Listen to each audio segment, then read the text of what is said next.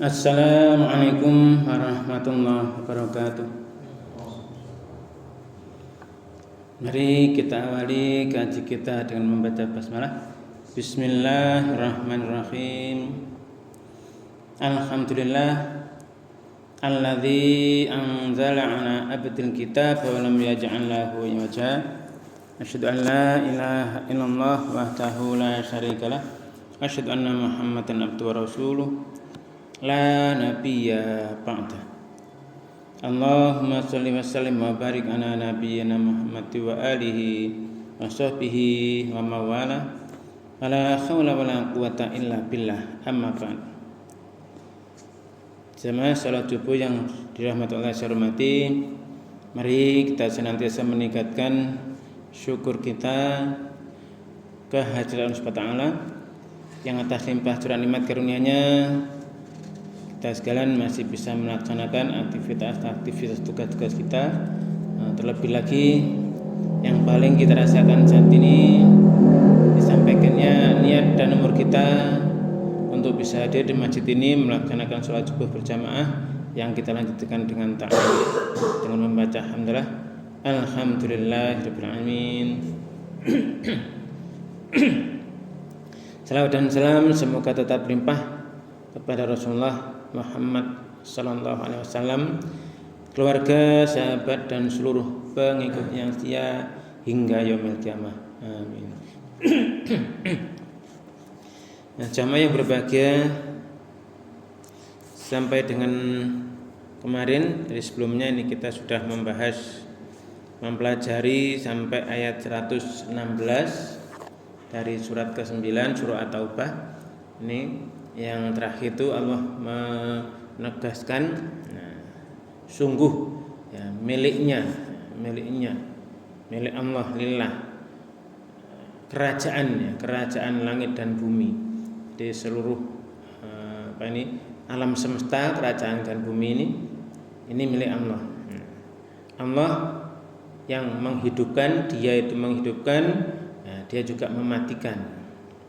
Maka di sini Allah menjelaskan sekali-kali tidak ada bagi kalian itu selain Allah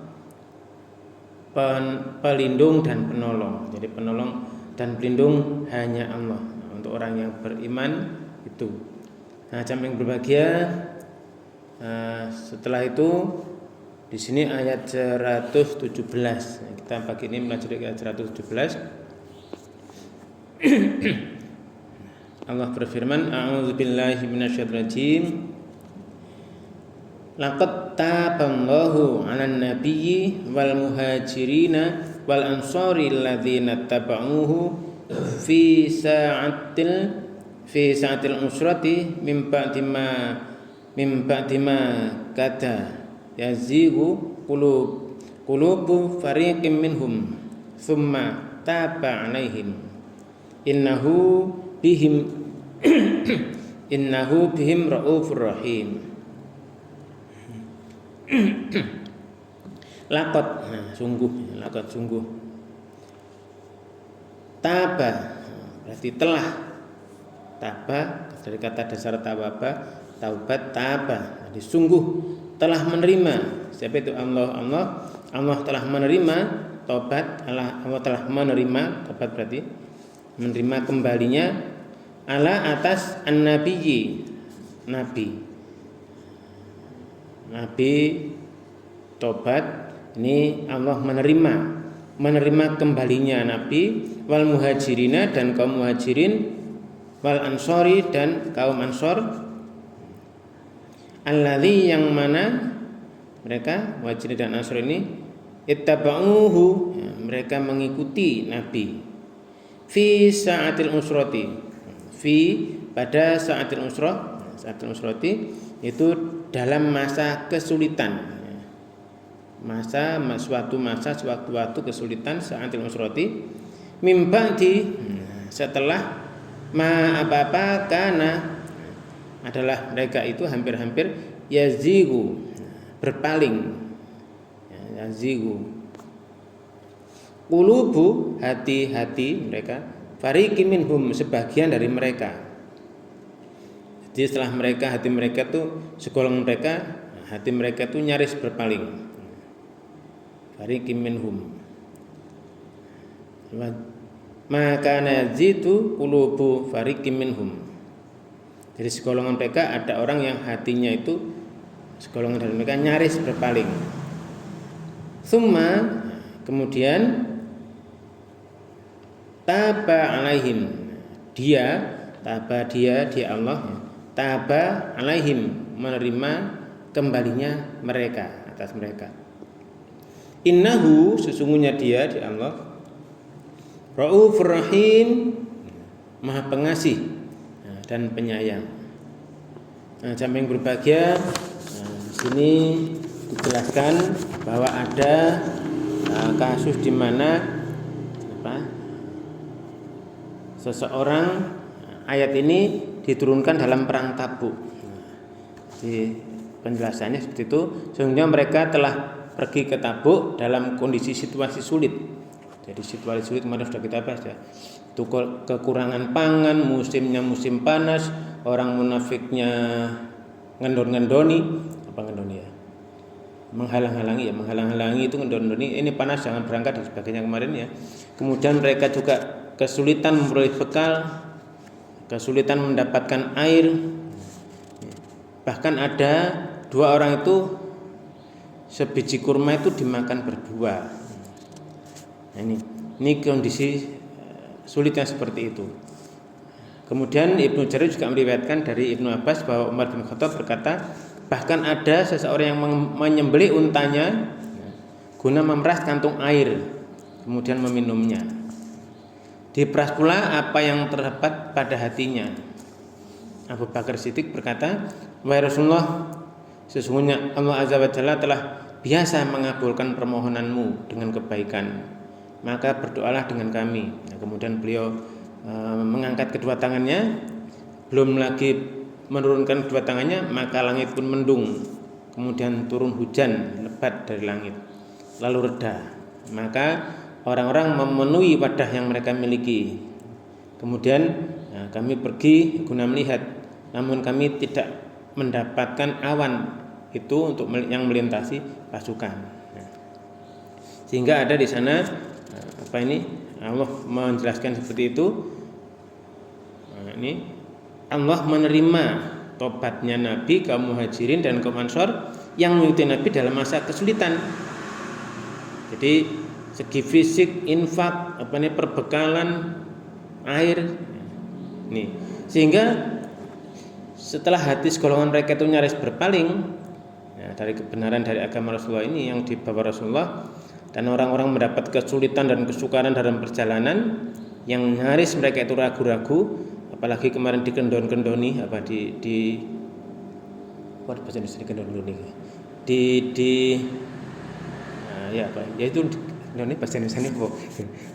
dihalang-halangi ya, digembosi ya, oleh mereka orang yang munafik itu. Ini kemudian di sana Allah menerima taubat mereka, kembalinya mereka, semangatnya mereka, maka mereka diberi rezeki nabah dari Tuhannya, dan kemudian kembali mereka itu pada keteguhan atas agamanya. Ya sempat ini ya, mereka seperti itu kondisinya. Setelah mereka benar-benar kembali minta Rasulullah mohon ya. Ini Allah itu Maha Pengasih ya, dan penyayang pada mereka. Nah, jamaah yang berbahagia, ini juga mungkin kondisi yang mungkin juga terjadi pada kita, karena ini kisah dalam perjalanan sejarah itu selalu berulang. Ada yang berulang kondisi setiap masa, setiap orang itu nanti juga masanya, ada masa kesulitan, ada masa yang lapang. Maka di sana penting bagi kita, di dalam ayat ini Allah mengajarkan kembalinya kita kepada Allah. Mungkin dalam kondisi yang sulit ya, banyak banget macam ya. Mungkin ada terbersit sesuatu yang negatif, yang buruk. Maka segera istighfar, kemudian mohon ampun pada Allah, kembali pada Allah. Dari sana Allah akan mengampuni. Allah Maha Pengasih dan Penyayang kepada hambanya. Nah, jamaah yang berbahagia itu di ayat ke 117. Mari kita lanjut di ayat ke 118. Ini ayat 118. Wa 'ala salasatil ladzina khulifu hatta idza dhaqat 'alaihimul ardu bima rahubat wa dhaqat 'alaihim anfusuhum wa dhannu alla malja'a minallahi illa ilaihi tsumma taba 'alaihim liyatubu innallaha huwat tawwabur rahim. Wa 'ala dan atas salasati 3 orang, alladzina orang-orang yang di situ khulifu, ya mereka itu ditinggalkan, ya mereka itu ditangguhkan, hatta, ya, sehingga sampai, ya, ditangguhkan tobat mereka itu sampai apabila itu di sana dhaqat, sempit, ya terasa sangat-sangat sempit, alaihim atas mereka ardu. Jadi bumi itu terasa bagi mereka sangat-sangat sempit. Bima rahubat, walaupun itu bumi itu luas, ya. Padahal bumi itu luas, tapi terasa sempit. Ya. Jadi terasa kayak istilah pepatah itu dunia bagaikan sedaun kelor. Ya. Bumi yang luas terasa sempit oleh mereka. Wa dhaqat alaihim anfusuhum, mereka terasa sempit, ya. Dalam jiwa mereka itu benar-benar merasa sempit. Wa dhannu, dan mereka mengira alla malja'a, tidak ada tempat lari lagi, ya. Tidak ada tempat lari lagi sudah, ya. Tidak ada tempat berlari dari Allah sudah. Alla malja'a minallah, tidak ada tempat lari dari Allah illa, kecuali hanyalah ilaihi. Tidak ada tempat lari lagi, yes, ya harus kepadanya sudah kembali. Tsumma, kemudian taba alaihim, akhirnya itu kembali, benar-benar kembali. Tsumma, kemudian taba, dia Allah menerima alaihim, tobatnya, liyatubu, ya, mereka itu agar mereka itu bertobat, jadi benar-benar diterima kembalinya. Kenapa? Itu tadi mereka merasa sempit, ya. Karena walaupun bumi itu luas, kan mereka ditangguhkan, ya. Kemudian di sana innallaha huwat tawwabur rahim, Allah menegaskan lagi bahwa sungguh Allah huwa dialah at-tawwab, ya, maha penerima orang yang bertobat, penerima tobat, orang yang kembali, menerima orang yang kembali, ar-rahim, lagi maha penyayang. Nah, jamaah berbahagia, ini Imam Ahmad meriwayatkan dari Ubaidillah bin Ka'ab bin Malik. Ubaidillah bergabung dengan kepemimpinan Ka'ab yang menjadi kepala sukunya. Ubaidillah berkata, aku mendengar Ka'ab bin Malik menceritakan kasusnya, ya, ketika ia tidak pergi berperang bersama Rasulullah dalam perang Tabuk. Ka'ab berkata, aku tidak pernah tertinggal dari Rasulullah dalam perang yang dilakukannya kecuali dalam perang Tabuk. Aku pernah tidak ikut perang Badar, namun tidak seorang pun yang mencela perbuatanku ini. Rasulullah SAW berangkat menyerang, ya, kabilah Quraisy, sehingga Allah menyatukan kaum muslimin, ya, dan musuhnya bukan pada waktu yang ditentukan, dipertemukan. Aku pernah bersama Rasulullah pada malam Aqabah, yaitu ketika kami berjanji memeluk Islam. Kemudian aku tidak suka setelah perjanjian itu untuk pergi ke medan Badar, walaupun ia terkenal dan dibicarakan orang. Ketika aku tidak ikut perang Tabuk bersama Rasulullah, aku tengah berada pada puncak kekuatanku dan kemudahanku. Demi Allah, sebelum perang Tabuk aku tidak pernah memiliki dua binatang kendaraan. Namun saat itu aku memiliki kuda dan unta. Rasulullah SAW ini jarang berperang, melainkan beliau menutupi dengan perang lainnya, termasuk dalam perang Tabuk ini. Kemudian Rasulullah berperang pada musim panas yang hebat. Perang Tabuk itu perang panas di suatu kesulitan yang hebat. Menempuh perjalanan yang jauh dan sulit, menghadapi musuh yang banyak. Beliau menyerahkan urusan pada kaum muslimin agar mereka bersiap-siap menghadapi musuhnya. Beliau memberitahukan kepada mereka arah yang hendak dituju. Nah, kaum muslimin yang pergi bersama Rasulullah berjumlah banyak. Mereka tidak disatukan oleh sebuah acuan. Setiap orang itu di situ yang hendak menyembunyikan diri, menduga bahwa perbuatannya tidak akan diketahui selama tidak diturunkan wahyu dari Allah Azza wa Jalla mengenai dirinya. Nah, Rasulullah melakukan perang Tabuk ketika musim buah-buahan dan naungan lebih disukai oleh manusia karena panasnya. Dan aku pun cenderung kepada hal itu. Nah, kemudian Rasulullah dan kaum mukminin melakukan persiapan. Pada pagi hari aku pun mulai bersiap-siap bersama mereka. Lalu aku merenung. Namun aku tidak berkehendak untuk mempersiapkan sesuatu. Aku pun berkata pada diriku, sungguhnya aku sanggup melakukannya jika aku mau. Perasaan itu terus menderaku hingga kesungguhan pun menyertai orang-orang. Nah, pagi hari Rasulullah dan kaum muslimin bersiap-siap, sementara aku belum mempersiapkan apapun. Aku berkata pada diriku, aku akan bersiap-siap setelah 1 atau 2 hari, lalu aku nyusul mereka. Nah, benar ketika keesokan harinya tiba dan kaum muslimin telah berangkat, aku bermaksud melakukan persiapan. Kemudian aku merenung, namun aku tidak mempersiapkan sesuatu apapun. Nah, ketika pagi berikutnya tiba, aku pun memikir, namun aku tidak juga melakukan persiapan. Hal itu terus menderaku hingga kaum muslimin telah pergi jauh dan melangsungkan perang. Aku bermaksud pergi dan menyusul mereka. Alangkah inginnya aku melakukan hal itu. Nah, kemudian hal itu tidak ditakdirkan padaku. Apabila aku keluar bergaul dengan orang lain setelah keberangkatan Rasulullah, aku merasa sedih.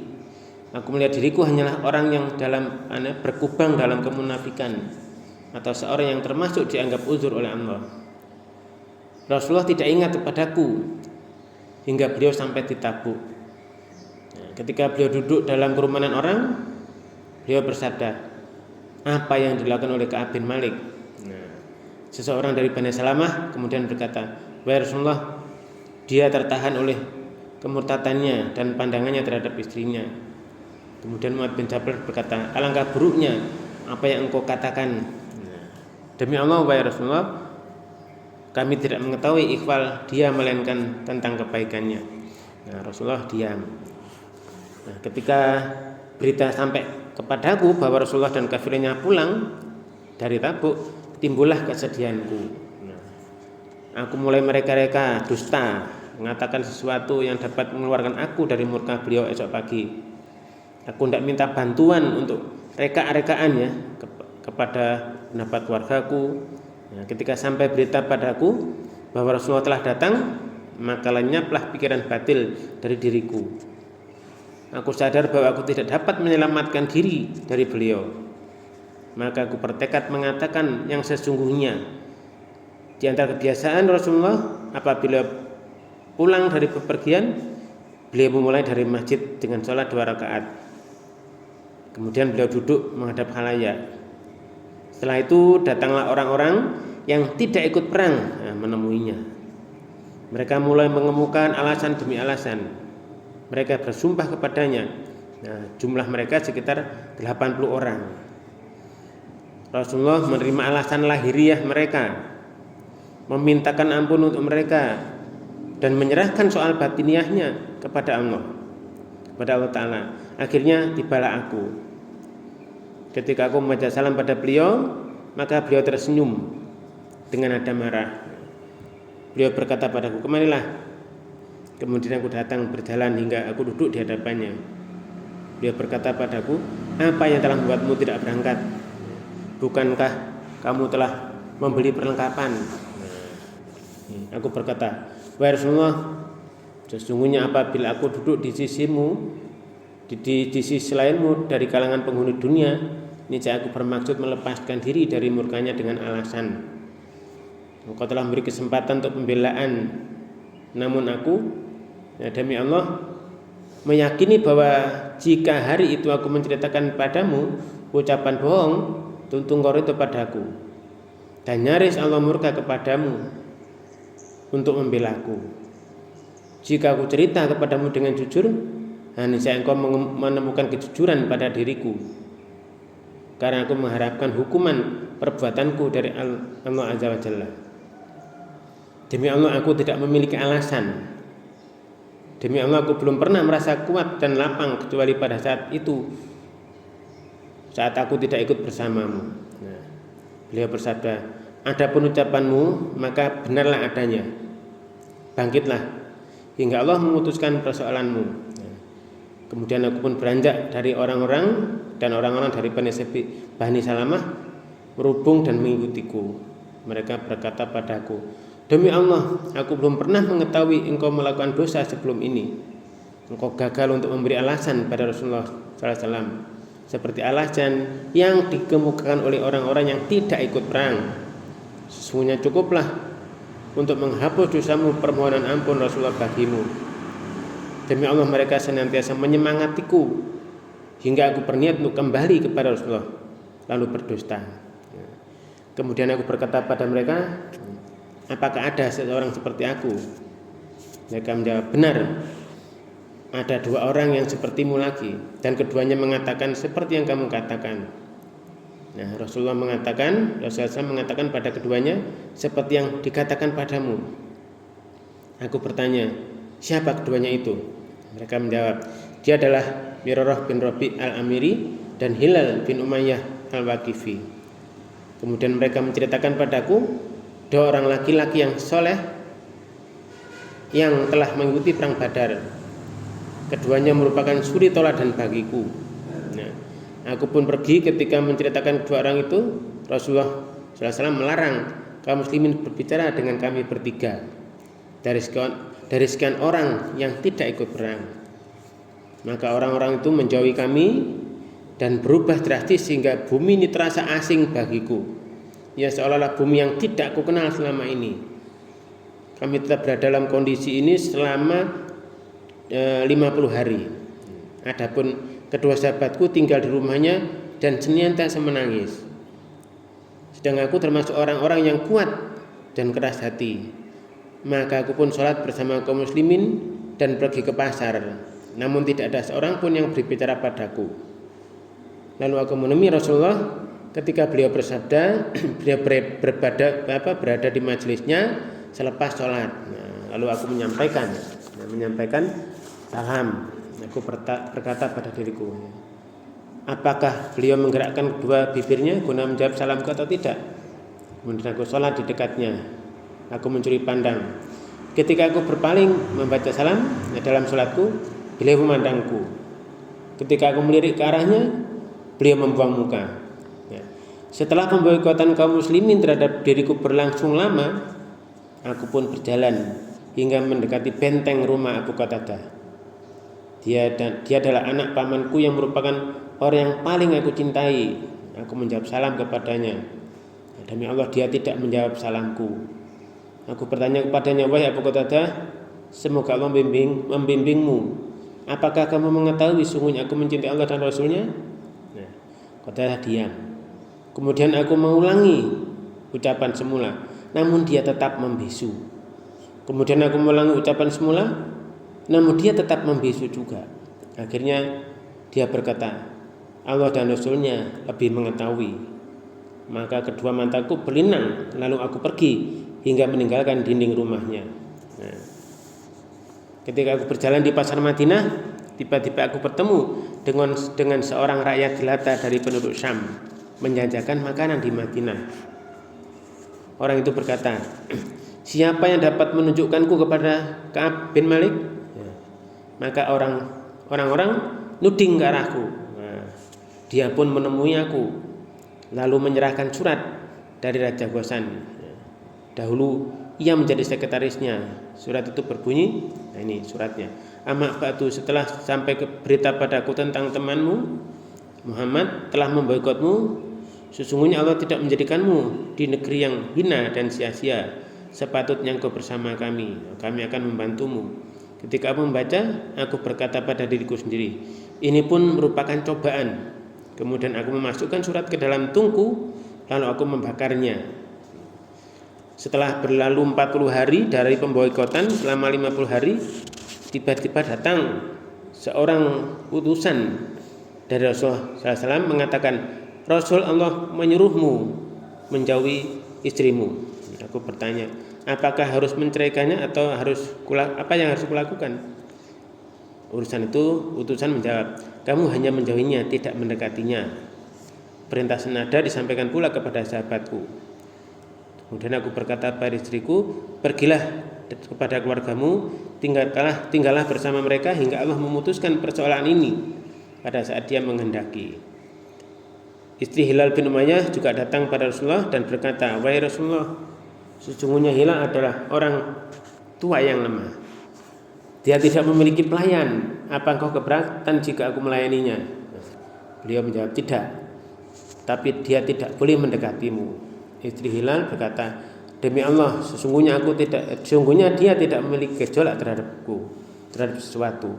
Dan sungguhnya demi Allah, dia senantiasa menangis sejak persoalan itu terjadi hingga sekarang. Akhirnya sebagian keluargaku berkata padaku, cobalah kau minta izin pada Rasulullah sehubungan dengan istrimu. Sesungguhnya dia telah mengizinkan istri Hilal bin Umayyah untuk melayani suaminya. Aku berkata, demi Allah, Rasulullah tidak akan memberikan izin pada istriku. Aku tidak tahu apa yang dikatakan Rasulullah terhadap istriku jika ia meminta izin kepada beliau, padahal aku adalah orang yang masih muda. Akhirnya kami menjalani selama 10 malam sehingga sampai malam ke-50 sejak Rasulullah memboikot kami.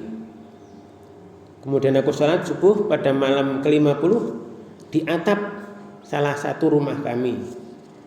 Ketika kami duduk pada posisi yang diceritakan oleh Allah dengan ungkapan, bumi yang terasa sempit bagiku padahal bumi itu luas, dan jiwaku pun telah terasa sempit olehku.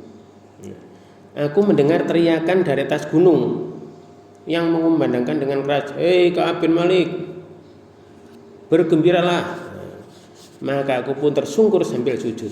Aku mengetahui bahwa telah datang keputusan dari Allah Azza wa Jalla berupa penerimaan tobat kami.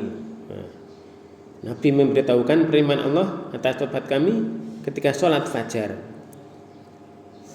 Maka orang-orang pun berdatangan menggembirakan kami, dan mereka pergi ke arah sahabatku untuk menyampaikan berita gembira. Orang yang menyuarakan dari gunung memacu kudanya, dan ada pula yang berlari. Namun suara lebih cepat daripada kuda. Ketika orang yang suaranya aku dengar menyampaikan berita itu datang kepadaku, maka aku membuka kedua bajuku lalu mengenakan pada orang itu karena dia telah menyampaikan berita gembira. Demi Allah, pada saat itu aku tidak punya apa-apa. Tidak punya apa lagi selain kedua baju itu. Akhirnya aku pergi untuk bermakmum kepada Rasulullah. Maka orang-orang mengucapkan selamat kepadaku atas penerimaan Allah akan tobatku dan rombongan demi rombongan.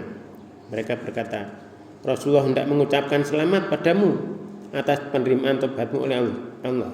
Aku pun masuk ke masjid. Ternyata Rasulullah sedang duduk di masjid, sedang orang-orang ada di sekelilingnya. Kemudian Talha bin Ubaidillah bangkit menyongsongku.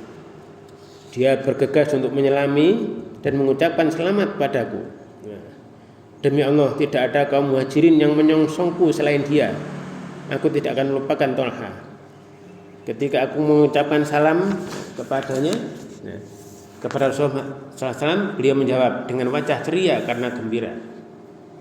Bergembiralah menyongsong hari yang baik. Hal itu telah berlalu sejak ibumu melahirkanmu. Aku berkata, apakah hal itu dari sisimu, wahai Rasulullah, atau dari sisi Allah? Beliau menjawab, dari sisi Allah. Di sini. Apabila Rasulullah sudah gembira, wajahnya bersinar hingga bagaikan sepenggal bulan, hingga diketahuilah kegembiraannya. Akhirnya ketika aku duduk di hadapannya, aku berkata, wahai Rasulullah, sesungguhnya di antara tobatku adalah aku hendak mengeluarkan sebagian hartaku sebagai sedekah untuk Allah dan Rasulnya. Lalu beliau bersabda, "Sudah, tahan dulu sebagian hartamu, maka hal itu lebih baik bagimu." Maka aku berkata, "Aku hendak menahan panahku yang di Khaybar." Aku berkata, "Wahai Rasulullah, sesungguhnya Allah menyelamatkanku dengan kejujuran, dan sesungguhnya di antara tobatku ialah bahwa aku tidak akan mengatakan sesuatu kecuali dengan jujur selama aku hidup." Ka'ab berkata, "Demi Allah, aku tidak mengenal seorang muslim pun yang ujiannya lebih berat selain berkata jujur sejak aku menceritakan hal itu kepada Rasulullah SAW. Ujian berkata jujur itu lebih baik dari ujian yang ditimpakan Allah kepadaku. Demi Allah, aku tidak pernah berdusta secara sengaja semenjak aku mengatakan hal itu kepada Rasulullah SAW hingga hari ini. Aku berharap kiranya Allah memeliharaku dalam kondisi aku ini." Nah, sehingga jamaah yang berbahagia, akhirnya Ka'ab berkata, "Demi Allah menurunkan ayat ini ya. Diterimalah tobat dari 3 orang tadi." Nah, makanya jamaah yang berbahagia, dari sini kita bisa bahwa sampai bumi yang luas itu terasa sempit, kita bisa bayangkan ya, diboikot selama 50 hari, berarti 2 bulan ya. Ini akhirnya Allah menerima tobatnya. Kemudian Allah di sana juga berfirman, "Hei orang yang beriman, bertakwalah pada Allah, hendaklah kamu bersama orang yang benar." Ini kita pelajarannya benar-benar ini, supaya ya, apapun yang kita laksanakan, terakhir tadi hendaklah terus berkata jujur walaupun menyakitkan. Ka'ab juga tadi bilang ya, itu bisa saja dusta seperti yang lain-lain, tapi 3 orang itu jujur banget ya. Benar-benar tidak berbohong, apa adanya ya. Akhirnya sampai diboikot ya, sampai sampai bumi yang luas. Tadi Allah menjelaskan ya, ini wadaqat alaihim anfusuhum, terasa sempit atas mereka jiwanya jadi sempit, bumi yang luas juga jadi sempit gara-gara suatu kesalahan. Nah, tetapi dengan jujur akhirnya summa ini tidak lama ja'a minallahi ila ilahi, tidak ada tempat berlari dari Allah. Lama ja'a minallahi illa ilaihi, tidak ada tempat berlari dari Allah kecuali hanyalah lari kepadanya saja. Nah, ini juga arahan untuk kita dari ayat ini, bahwa apapun itu kesalahan harus kita hadapi, apapun itu ada konsekuensi ya dihadapi, karena tadi la malja'a minallahi illa ilaihi, tidak ada tempat berlari kemanapun dari Allah kecuali hanya kepadanya. Ini kalau sudah begitu ya nanti tsumma taba alaihim itu liyatubu, kemudian Allah menerima tobatnya, maka dia bertobat terus ya diterima. Innallaha huwat tawwabur rahim. Nah, sungguh Allah itu Maha penerima taubat, penerima orang yang kembali, dan Maha penyayang. Nah, banyak ayat semacam ini. Misalnya, wahai hambaku yang telah mendolimi dirinya sendiri, jangan putus asa dari rahmat Allah. Maka itu adalah harapan bagi kita. Memang Allah di sana Maha penerima taubat. Kadang-kadang manusia saja yang enggak gelem bertobat. Kesulitan, kebingungan tadi yang Ka'ab jelaskan ya, sampai 50 hari 50 malam mereka terasa sempit, bumi pun terasa sempit padahal bumi luas. Nah, ini mereka tidak memperoleh petunjuk apa saja, udah. Tapi mereka sabar terus ya. Sabar sampai mereka benar-benar memahami tidak ada tempat lari dari Allah. Tidak ada. Hanya Ya hanya dan hanya kembali kepadanya saja, tempat berlari tidak ada. Nah ini yang dialami Ka'ab tadi ya, sahabat Ka'ab tadi. Akhirnya setelah 50 hari 50 malam, dijelaskan Allah sudah menerima taubatnya, berarti 2 bulan ini ya. Akhirnya Rasulullah memberikan semangat pada mereka, memberikan kegembiraan pada mereka. Tobat mereka diterima Allah. Dari kejujuran itu, kejujuran mereka itulah ya, kebaikan. Nah, di sana dari kejujuran itulah timbulnya penerimaan tobat itu. Oleh karena itu Allah juga menjelaskan di ayat selanjutnya, di ayat ke-119 ini Allah menegaskan setelah tadi ya diterima tobatnya. Ini 3 orang tadi. Jadi ada dijelaskan tadi 3 orang yang ditangguhkan. Nah, pada 3 orang tadi wala salasati. Pada 3 orang yang ditangguhkan sampai diboikot 50 hari 50 malam setelah setelah mereka benar-benar menyadari bahwa Allah malja'a minallahi illa ilaihi, tidak ada tempat berlari dari Allah kecuali hanya lari kepadanya. Kemudian dia bertobat, Allah menerima taubatnya. Nah, di ayat 119 Allah memberikan arahan, memberikan panggilan. Ya ayyuhalladzina amanu ittaqullah wa kunu ma'as-shadiqin. Jadi ini penegasan dari 3 orang tadi yang sudah tidak karu-karuan tapi tetap dia jujur, sehingga akibat dari kejujuran itu Allah menegaskan untuk hal yang lain, untuk orang beriman yang lain. Maka ini ya ayyuhalladzina amanu, wahai orang-orang yang sudah iman, ittaqullah, takwalah kalian semua pada Allah. Wa kunu, dan jadilah kalian masodikin, tetaplah kalian itu bersama-sama beserta orang yang jujur. Ini jadi kejujuran itu ya, akhirnya Allah gunakan juga untuk pelajaran, memerintahkan yang lain untuk jujur. Katakan seperti itu tadi, walaupun berat ya ini jujurlah, teguhlah dalam kejujuran. Niscaya kamu termasuk orang yang jujur dan selamat dari berbagai kebinasaan. Ini Allah merintahkan seperti itu.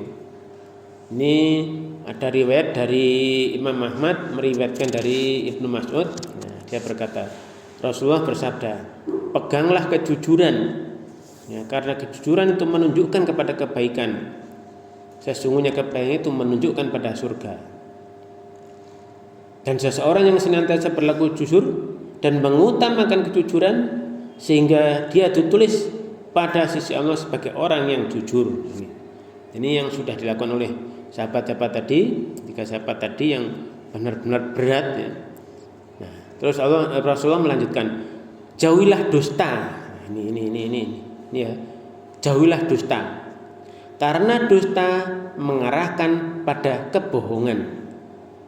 Sesungguhnya kebohongan itu mengarahkan pada neraka.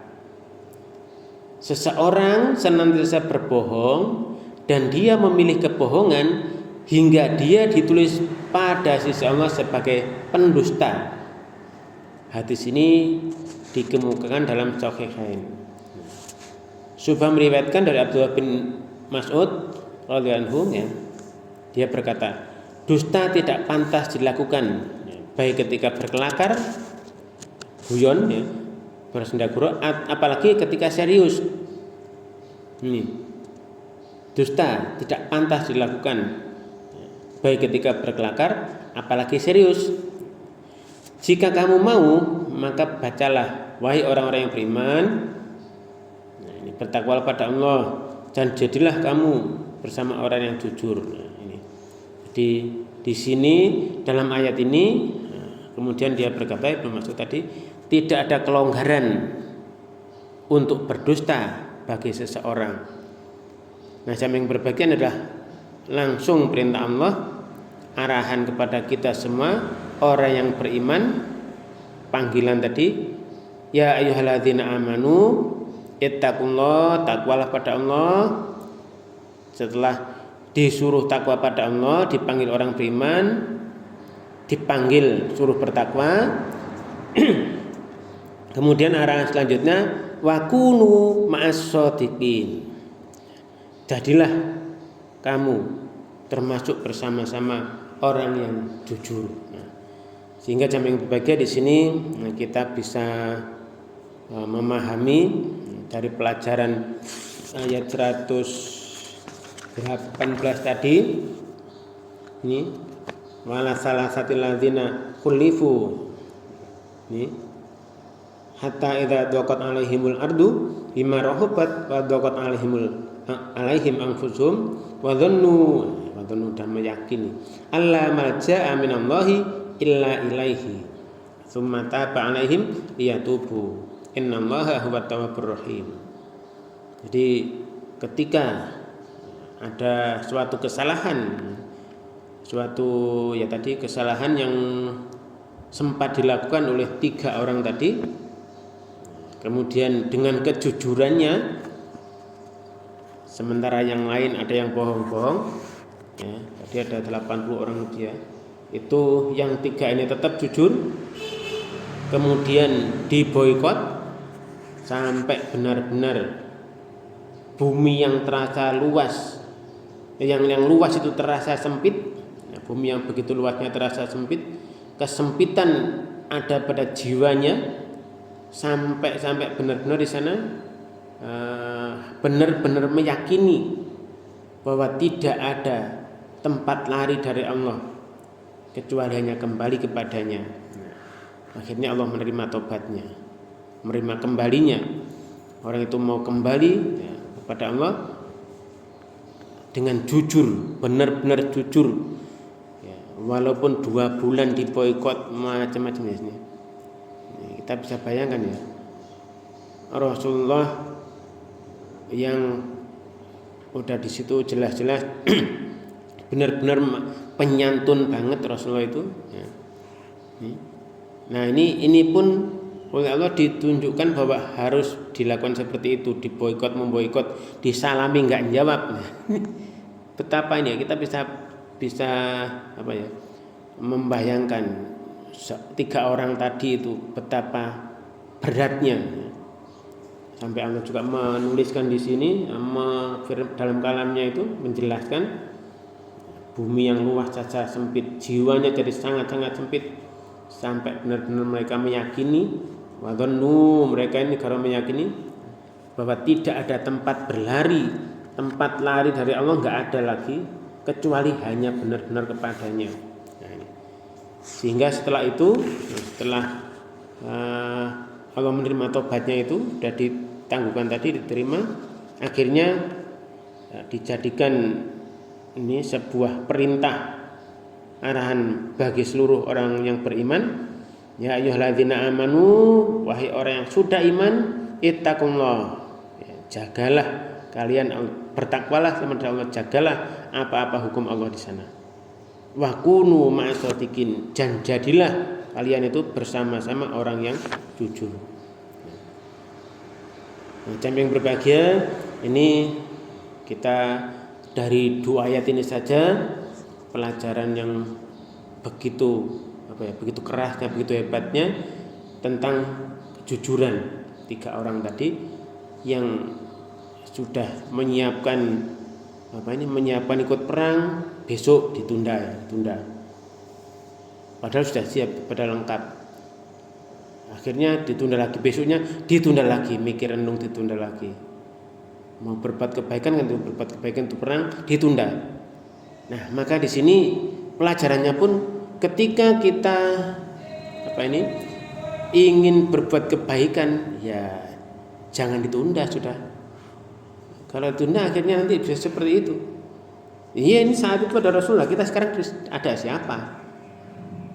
Kita nggak tahu kebaikan apa yang mau diperbuat.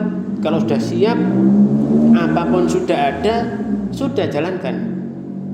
Nah, saat itu ini tadi ke Abdul Malik ada Rasulullah terlihat dan benar-benar seperti difirmankan tadi, bumi yang luas terasa sangat-sangat sempit, ya, menjepitnya, jiwanya jadi sangat-sangat sempit. Ya karena saat itu langsung, jadi saat bersama Rasulullah diboikot semua. Terus kita yang boikot siapa? Kan nggak ada. Kita nggak tahu. Nah ini ketika menunda nggak jadi sampai proses itu perang selesai. Nah ini. Nah ini pelajaran berharga bagi kita dan juga perintah untuk kita tetap jujur menyakitkan banget itu. Bisa dibayangkan, dia bisa saja sebetulnya berdusta, terus akhirnya selesailah sudah. Tapi 3 orang ini enggak, benar-benar tidak mau dusta, tetap jujur apapun yang terjadi. Ya, ketika dia tidak berangkat tidak ada alasan macam-macam, pokoknya hanya itu nunda, akhirnya benar-benar enggak berangkat sampai perang berakhir, Rasulullah kembali. Nah, tetap jujur. Akhirnya Allah menerima tobatnya, dan jadilah adalah perintah tadi bersama orang-orang yang jujur. Nah, mudah-mudahan ini dari 2 ayat ini saja dulu ya. Dari 2 ayat ini ya, kita benar-benar bisa mengambil pelajarannya dan kisahnya seperti apa orang bertiga ini ya, orang bertiga yang dicontohkan tadi, 1 yang mengisahkan, 2 yang lain pun sama yang disampaikan, yang diomongkan, sehingga benar-benar Allah sendiri yang mengkisahkan ya. Jujur memang berat, harus ya mungkin ya, tadi di Rasulullah kan sudah menjelaskan tadi ya, di dalam Sahihain tadi dari ayat yang terakhir tadi, hendaklah bersama orang jujur, peganglah kejujuran. Nah ini karena kejujuran itu menunjukkan kepada kebaikan, sesungguhnya kebaikan itu menunjukkan kepada surga. Dan seseorang yang senantiasa berlaku jujur dan mengutamakan kejujuran sehingga dia di sisi Allah Allah tulis sebagai orang yang jujur. Terus nih, jauhi dusta. Nah, ini Rasulullah menjelaskan itu, jauhi dusta karena dusta mengarahkan pada kebohongan. Ini. Sesungguhnya kebohongan itu mengarahkan pada neraka. Seseorang yang senantiasa berbohong dan memilih kebohongan hingga dia ditulis pada si Allah sebagai pendusta. Apapun lah sudah, kondisi apapun, gonjang-ganjing di tempat kita berada ini, di negara kita, apa saja di situ yang kita benar-benar harus pegang teguh apa yang sudah Allah kalamkan, Allah firmankan, itu petunjuk hidup kita. Nah, jamaah yang berbahagia, mudah-mudahan kita bisa mengikuti petunjuk dan di sana apa yang Allah firmankan dan juga yang ditunjukkan oleh Rasulullah, sehingga kita benar-benar ini tempat kita kembali tidak ada lain, hanya pada Allah. Ya, kita paling hanya hidup berapa sih ya? Berapa lama kita hanya kembalinya pada Allah, larinya tidak bisa kemana-mana, nggak bisa menghindar kemana-mana. Apa itu ini hukum-hukum macam-macam, kita nggak bisa lari. Kita nggak bisa lari dari Allah. Dari orang banyak mungkin kita bisa, tapi dari Allah nggak bisa. Ya hanya kembali kepadanya sudah. Sehingga mari kita berusaha dengan sekuat tenaga untuk benar-benar bisa tadi wakunu masyadiqin, dan adalah kalian bersama orang-orang yang jujur. Nah, jamaah yang berbahagia, kiranya ini dulu yang bisa kita bahas. Mudah-mudahan semuanya kita nantinya diridhoi Allah Subhanahu wa taala karena kita mengikuti apapun arahan Allah dan Rasulnya. Mari kita akhiri kaji kita dengan baca hamdalah. Alhamdulillahirrahmanirrahim. Kita baca doa kafaratul majlis. Subhanakallahumma wa bihamdika asyhadu an la ilaha illa anta astaghfiruka wa atubu ilaik. Terima kasih atas segala perhatian. Mohon maaf atas segala kekurangan. Wabillahi taufiq. Wassalamualaikum warahmatullahi wabarakatuh.